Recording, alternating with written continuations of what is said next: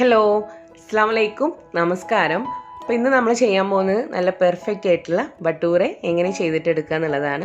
East ഒന്നും ചേർക്കാതെ നല്ല പെർഫെക്റ്റ് ആയിട്ട് നമ്മൾ ഫ്രൈ ചെയ്തിട്ടെടുക്കുമ്പോൾ നന്നായിട്ട് ഇങ്ങനെ പൊങ്ങി വരില്ലേ, അങ്ങനെ പൊങ്ങി വന്ന് നല്ല ക്രിസ്പി ആയിട്ട് പൊങ്ങി വന്ന് പിന്നെ നല്ല സോഫ്റ്റ് ആയിട്ടിരിക്കുന്ന നല്ല പെർഫെക്റ്റ് ആയിട്ടുള്ള ബട്ടൂരയാണ്. അപ്പോൾ എന്തായാലും നമുക്കതെങ്ങനെ ചെയ്യാമെന്നുള്ളത് നോക്കുന്നതിന് മുമ്പ് ഈ ഒരു ചാനൽ നിങ്ങൾ ആദ്യമായിട്ട് കാണുകയാണെങ്കിൽ ഒന്ന് സബ്സ്ക്രൈബ് ചെയ്തിട്ട് ഈ ഒരു ചാനൽ ജോയിൻ ചെയ്യുക. കൂടെ അതിൻ്റെ റൈറ്റ് സൈഡിൽ ഒരു കുഞ്ഞു ബെല്ലൈക്കൺ കൂടെ ഉണ്ട്, അതുകൂടെ ഒന്ന് പ്രസ് ചെയ്തിട്ട് അതിൽ നിന്ന് ഓൾ എന്നുള്ള ഓപ്ഷൻ സെലക്ട് ചെയ്തിട്ട് വെക്കുക.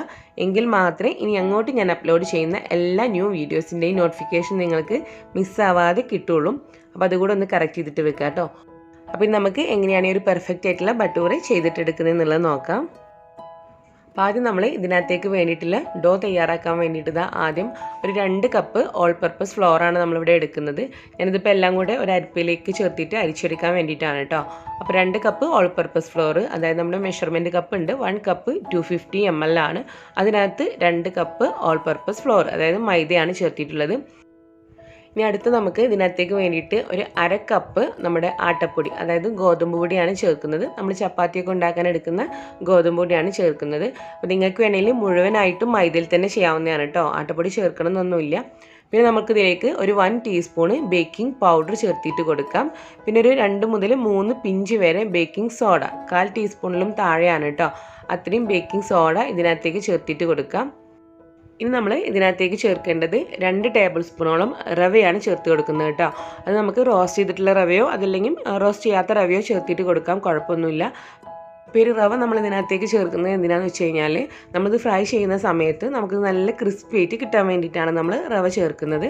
അപ്പോൾ നമുക്ക് 2 ടേബിൾ സ്പൂൺ റവ ഇതാ ചേർത്തിട്ടുണ്ട്. ഇനി നമുക്കിതെല്ലാം കൂടെ ഒന്ന് അരിച്ചെടുക്കാം. ഇതിപ്പോൾ എല്ലാം കൂടെ ഞാനിവിടെ അരിച്ചെടുത്തിട്ടുണ്ട്. ഇനി ഇതിലേക്ക് നമ്മളൊരു 1 ടേബിൾ സ്പൂണോളം പഞ്ചസാര ചേർത്തിട്ട് കൊടുക്കാം. പിന്നെ നമുക്ക് ഇതിലേക്ക് ആവശ്യത്തിനുള്ള ഉപ്പ് ചേർത്തിട്ട് കൊടുക്കാം. ഒരു 1/4 ടീസ്പൂണോളം ഉപ്പ് ഞാൻ ചേർക്കുന്നുണ്ട്. അപ്പോൾ ഇത്രയും ചേർത്തിട്ട് നന്നായിട്ടൊന്ന് സ്പൂൺ വെച്ചിട്ട് എല്ലാം കൂടെ ഒന്ന് മിക്സ് ചെയ്തിട്ട് കൂടെ എടുക്കുക. ഇനി നമുക്ക് ഇതിനകത്തേക്ക് ചേർക്കേണ്ടത് നല്ല കട്ടിയായിട്ടുള്ള തൈരാണ് ചേർക്കേണ്ടത്. അപ്പോൾ നമുക്ക് അധികം പുളിയില്ലാത്ത കട്ടിയായിട്ടുള്ള തൈരാണ് വേണ്ടത് കേട്ടോ. അപ്പോൾ നമ്മൾ റൂം ടെമ്പറേച്ചറിലുള്ള തൈര് എടുക്കാം. അപ്പോൾ ഫ്രിഡ്ജിൽ നിന്നും ഡയറക്റ്റ് തണുപ്പോട് കൂടിയിട്ട് യൂസ് ചെയ്യേണ്ട, കാരണം നമ്മളിതിനെ ചെറു ചൂടുള്ള പാല് കൊണ്ടാണ് കുഴച്ചെടുക്കുന്നത്. അപ്പോൾ നല്ല തണുപ്പുള്ള തൈര് എടുക്കേണ്ട, റൂം ടെമ്പറേച്ചറിലുള്ള തൈരാണ് എടുക്കേണ്ടത്. അത് നമുക്കൊരു 3 മുതൽ 4 ടേബിൾ സ്പൂൺ വരെ തൈര് നമുക്ക് ഇതിനകത്തേക്ക് ചേർത്തിട്ട് കൊടുക്കണം. അപ്പോൾ തൈര് കൂടെ ചേർത്തതിന് ശേഷം നമ്മൾ കൈ വെച്ചിട്ട് നന്നായിട്ടൊന്ന് മിക്സ് ചെയ്തിട്ട് കൊടുക്കുക. ഇനി നമുക്കിത് കുഴച്ചെടുക്കാൻ വേണ്ടിയിട്ട് നമ്മളിവിടെ എടുക്കുന്നത് ചെറുതായി ചൂടാക്കിയിട്ടുള്ള പാലാണ് കേട്ടോ എടുക്കുന്നത്. 1 കപ്പ് പാലാണ് ഞാനിവിടെ എടുത്ത് വെച്ചിട്ടുള്ളത്. അപ്പോൾ ഒരുപാടൊന്നും ചൂട് വേണ്ട, ചെറുതായിട്ട് ഉള്ള ചൂട് മതി. പാലിന് പകരമായിട്ട് നമുക്ക് സാധാരണ വെള്ളം ചൂടാക്കി എടുത്തിട്ടും വേണമെങ്കിൽ കുഴച്ചിട്ടെടുക്കാം. പക്ഷെ കുറച്ചും കൂടെ നന്നായിട്ട് സോഫ്റ്റ് കിട്ടുന്നതും ടേസ്റ്റ് കിട്ടുന്നതും നമ്മൾ പാലാണ് യൂസ് ചെയ്യുന്നതെങ്കിലാണ് കേട്ടോ. അപ്പോൾ അതുകൂടെ ചേർത്തിട്ട് ഇത് നന്നായിട്ട് വീണ്ടും കുഴച്ചെടുക്കുക. കുറേശ്ശെ ആയിട്ട് ചേർക്കാം കേട്ടോ, എല്ലാം കൂടെ മുഴുവനായിട്ട് ഒഴിക്കണ്ട, കുറേശ്ശെ ആയിട്ട് ചേർക്കാം. അപ്പോൾ ഏകദേശം 1/4 കപ്പോളം പാലേ ഞാൻ ചേർത്തിട്ടുള്ളൂ കേട്ടോ, ബാക്കി കുറച്ചതിന് ബാക്കി നിൽക്കുന്നുണ്ട്. അപ്പോൾ നമ്മൾ കുഴച്ചെടുക്കുന്ന സമയത്ത് നന്നായിട്ടൊന്ന് ഒട്ടിപ്പിടിക്കും. ആ ഒരു സമയം നമുക്ക് ഇതിനകത്തേക്ക് ഒരു 1 ടേബിൾ സ്പൂണോളം വെജിറ്റബിൾ ഓയിൽ ചേർത്തിട്ട് കൊടുക്കാം. ഞാനിപ്പം സൺഫ്ലവർ ഓയിലാണ് കേട്ടോ ചേർക്കുന്നത്. ബാക്കി ഒരു 2 ടേബിൾ സ്പൂണോളം പാൽ ഇതിനകത്ത് ബാക്കി നിൽക്കുന്നുണ്ട് ഈ ഒരു കപ്പിൽ. അപ്പോൾ നിങ്ങൾ ഒരിക്കലും മുഴുവനായിട്ട് ഒഴിച്ചിട്ട് അങ്ങനെ കുഴച്ചെടുക്കരുത്, അത് കൂടിപ്പോകും. അപ്പോൾ കുറേശ്ശെ ചേർത്തിട്ട് മാത്രം നല്ല പോലെ തന്നെ സോഫ്റ്റ് ആയിട്ട് കുഴച്ചെടുക്കുക. മിനിമം നമ്മളൊരു 5-6 മിനിറ്റെങ്കിലും ഇതുപോലെ നന്നായിട്ട് തന്നെ കുഴച്ചെടുക്കണം. എങ്കിലും നമ്മൾ ഈ ബട്ടൂര റെഡിയാക്കിയിട്ട് പിന്നെ ഒരുപാട് സമയം വെച്ചിരുന്നാലും നല്ല സോഫ്റ്റ് ആയിട്ട് കിട്ടുള്ളൂ. എത്രത്തോളം നന്നായിട്ട് കുഴക്കുന്നോ അത്രത്തോളം നല്ലതാണ്. ഒരു 6-7 മിനിറ്റോളം ഞാനത് ഇതുപോലെ കുഴച്ചിട്ടുണ്ട്. ഇത് നമ്മുടെ കൈ വെച്ചിട്ട് നമ്മൾ നന്നായിട്ടൊന്ന് റോൾ ചെയ്തിട്ട് കൂടെ കൊടുക്കുക. അപ്പോൾ ഓയിൽ ഞാൻ ഒരു 1 ടേബിൾ സ്പൂണോളം ഒഴിച്ചിട്ടുണ്ട് കേട്ടോ. ടോട്ടൽ ഞാൻ 2 ടേബിൾ സ്പൂണോളം ഓയിലാണ് ചേർത്തിട്ടുള്ളത്. നന്നായിട്ടൊന്ന് റോൾ ചെയ്തിട്ട് എടുക്കുക. ഇനി നമ്മളിത് ഒരു മിനിമം 3 മണിക്കൂർ, സമയമുണ്ടെങ്കിൽ ഒരു 4 മണിക്കൂർ വെച്ചിരുന്നാൽ നല്ലതാണ്. ഒരു 3 മണിക്കൂറോളം ഒന്ന് റെസ്റ്റ് ചെയ്യാൻ വേണ്ടിയിട്ട് വെക്കുകയാണ്, ഒന്നുകൂടെ ഒന്ന് സോഫ്റ്റ് ആയിട്ട് കിട്ടാൻ വേണ്ടിയിട്ട്. അപ്പോൾ നമ്മുടെ കയ്യിൽ ഓയിൽ ഉണ്ടെങ്കിൽ നമ്മൾ ഇതിൻ്റെ എല്ലാ ഭാഗത്തൊന്നും ആക്കിയിട്ട് കൊടുക്കുക. അതല്ലെങ്കിൽ പിന്നെ നമ്മളിത് എടുക്കുന്ന സമയത്ത് ഇങ്ങനെ ഡ്രൈ ആയിട്ടിരിക്കും അതിൻ്റെ മുകൾ വശം. അപ്പോൾ നന്നായിട്ടൊന്ന് എല്ലാ പാത്രത്തിലും നമ്മുടെ ഈ ഒരു കുഴച്ചെടുത്ത മാവിലെല്ലാം നന്നായിട്ട് തന്നെ ഓയിലൊന്ന് തേച്ച് കൊടുക്കുക മുകൾ വശത്ത്. എന്നതിന് ശേഷം നമുക്കിത് ഒന്ന് റെസ്റ്റ് ചെയ്യാൻ വേണ്ടിയിട്ട് വെക്കാം ഒരു 4 മണിക്കൂർ. അപ്പോൾ ഒന്നെങ്കിൽ നിങ്ങൾ ഇതുപോലൊരു ക്ലിംഗ് റാപ്പ് കൊണ്ട് നന്നായിട്ട് തന്നെ ടൈറ്റായിട്ട് കവർ ചെയ്യുക, അതല്ലെങ്കിൽ ഒരു നനഞ്ഞ തുണി, ഒരു കോട്ടൺ ക്ലോത്ത് എടുത്തിട്ട് ചെറുതായിട്ടൊന്ന് നനച്ചെടുത്തിട്ട് അത് ഇതിൻ്റെ മുകളിൽ ഇട്ട് കൊടുത്താലും മതി. അപ്പോഴും ആ മുകൾ വശം ഡ്രൈ ആവാതെ കിട്ടിക്കോളും. അപ്പോൾ നമ്മുടെ ഡോ നമ്മൾ റെസ്റ്റ് ചെയ്യാൻ വേണ്ടി വെച്ചിട്ട് 3 മണിക്കൂർ ഇവിടെ കഴിഞ്ഞിട്ടുണ്ട്. അപ്പോൾ നമ്മൾ നോക്കുമ്പം ഇത് നമ്മൾ ഈസ്റ്റ് വെച്ച് ചെയ്യുന്ന രീതിയിൽ വല്ലാണ്ട് അങ്ങ് ഡബിൾ സൈസൊന്നും ആയിട്ട് വരില്ല കേട്ടോ. പക്ഷെ നല്ല സോഫ്റ്റ് തന്നെയാണ്, നിങ്ങൾക്ക് കാണുമ്പോൾ അറിയുന്നുണ്ടാവും. ജസ്റ്റ് ഞാൻ ഒന്നുകൂടെ കുഴച്ചെടുക്കുന്നുണ്ട് കേട്ടോ.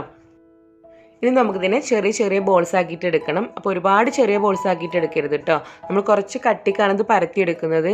ചപ്പാത്തിയൊക്കെ പരത്തിയെടുക്കുന്ന പോലെ അത്രയും തിന്നൊന്നായിട്ടല്ല പരത്തിയെടുക്കുന്നത്. അപ്പോൾ നമ്മുടെ കയ്യിൽ കുറച്ച് ഓയിലൊന്ന് ബ്രഷ് ചെയ്തിട്ട് നമുക്ക് ഈ ഒരു സൈസിലുള്ള ബോൾസ് ആയിട്ടാണ് നമ്മൾ എടുക്കുന്നത് കേട്ടോ. ഈ ഒരു സൈസ് വേണം, ഒരുപാട് കുഞ്ഞു സൈസ് ആവരുത്. എന്നിട്ട് നമ്മുടെ കൈവെള്ളയിൽ വെച്ചിട്ട് ഇത് നന്നായിട്ടൊന്ന് റോൾ ചെയ്തിട്ട് കൊടുക്കുക. അപ്പോഴാണ് നമ്മളിത് പരത്തിയെടുക്കുമ്പോൾ നമുക്ക് നല്ല പെർഫെക്റ്റ് ആയിട്ട് പരത്തിയെടുക്കാൻ വേണ്ടിയിട്ട് പറ്റുക.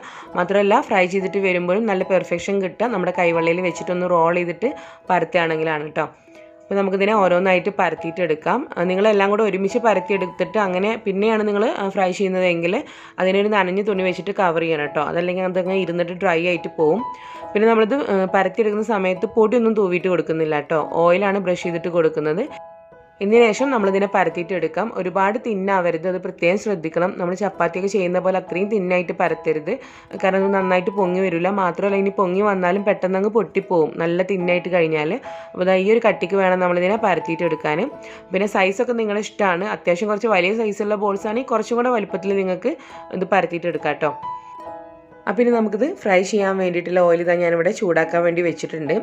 ഈ ഓയിലിന് അത്യാവശ്യം നല്ല ചൂട് വേണം കേട്ടോ. എന്നതിന് ശേഷമാണ് നമ്മളിതിലേക്ക് ഇത് ഇട്ട് കൊടുക്കേണ്ടത്. നമ്മൾ ഇട്ട് കൊടുത്തതിന് ശേഷം ഇതിനെ ചെറുതായിട്ടൊന്ന് തട്ടി കൊടുക്കുമ്പോഴത്തേക്ക് ഇത് നന്നായിട്ട് അങ്ങ് പൊങ്ങി വരും. നമ്മൾ കുറച്ച് നേരം വെയിറ്റ് ചെയ്യുമ്പോഴത്തേക്കിനെ താനെ പൊങ്ങി വരും കേട്ടോ. ഇനി ഇൻ കേസ് അത് താനെ പൊങ്ങി വരുന്നില്ലെങ്കിൽ ജസ്റ്റ് ഒന്ന് തട്ടി കൊടുക്കുമ്പോഴത്തേക്ക് അങ്ങ് പൊങ്ങി വരും. ഇതിന് ശേഷം ഇതുപോലെ നല്ലൊരു ലൈറ്റ് ഗോൾഡൻ കളർ ആകുമ്പോഴത്തേക്ക് നമുക്കിത് ഓയിലിൽ നിന്ന് എടുത്ത് മാറ്റാം. അപ്പോൾ നിങ്ങൾ പ്രത്യേകം ശ്രദ്ധിക്കേണ്ടത് ഈ ഒരു ഓയിലിൻ്റെ ചൂടാണ്. ചൂട് അത്യാവശ്യം വേണം ഓയിലിന്. എന്നതിന് ശേഷം നമ്മളതിലേക്ക് ഇടാൻ പാടുള്ളൂ. പിന്നെ നമ്മൾ ലാസ്റ്റൊക്കെ ആകുമ്പം, അതായത് നമ്മൾ പരത്തിയിട്ടുള്ള നമ്മൾ ചുട്ടെടുക്കുമ്പോൾ അവസാനമൊക്കെ ആകുമ്പോഴത്തേക്ക് അതിൻ്റെ ചൂട് നന്നായിട്ടുണ്ടാവും, ഓയിലിന് ചൂട്. ആ ഒരു സമയം മാത്രമേ നിങ്ങൾ ഒന്ന് ഫ്ലെയിം കുറച്ചിട്ട് കൊടുക്കുക. അപ്പോഴും ഓയിലിന് അത്യാവശ്യം ചൂട് വേണം കേട്ടോ. പക്ഷെ ഒരുപാട് ചൂടായി കഴിഞ്ഞാൽ പെട്ടെന്ന് അങ്ങ് അത് നന്നായിട്ട് കുക്കാവാതെ പെട്ടെന്ന് അങ്ങ് കളർ മാറിയിട്ട് പോവുക ചെയ്യാം. അപ്പോൾ അതുകൂടെ ഒന്ന് ശ്രദ്ധിക്കുക. അപ്പോൾ ഇതാണ് നമ്മുടെ നല്ല പെർഫെക്റ്റ് ആയിട്ടുള്ള ബട്ടൂരെ റെസിപ്പി. ഇത്രയും നിങ്ങൾ ശ്രദ്ധിച്ച് ഫോളോ ചെയ്ത് കഴിഞ്ഞാൽ നല്ല പെർഫെക്റ്റ് ആയിട്ടുള്ള ബട്ടൂരെ നിങ്ങൾക്ക് കിട്ടും കേട്ടോ. നല്ല സോഫ്റ്റ് ആയിട്ടുള്ള ബട്ടൂരെ കിട്ടും. അപ്പോൾ നിങ്ങൾ തീർച്ചയായിട്ടും ഇതൊന്ന് ട്രൈ ചെയ്തിട്ട് നോക്കുക. എന്നിട്ട് നിങ്ങളുടെ ഫീഡ്ബാക്ക്സ് അറിയിക്കുക. ഇഷ്ടമായാൽ വീഡിയോ ലൈക്ക് ചെയ്യുക. ഫ്രണ്ട്സിലേക്കും റിലേറ്റീവ്സിലേക്കും ഒന്ന് ഷെയർ ചെയ്തിട്ട് കൂടെ കൊടുക്കുക കേട്ടോ. അപ്പോൾ എന്തായാലും നമുക്ക് അടുത്ത വീഡിയോ ആയിട്ട് കാണാം. Thank you. അസ്സലാമു അലൈക്കും.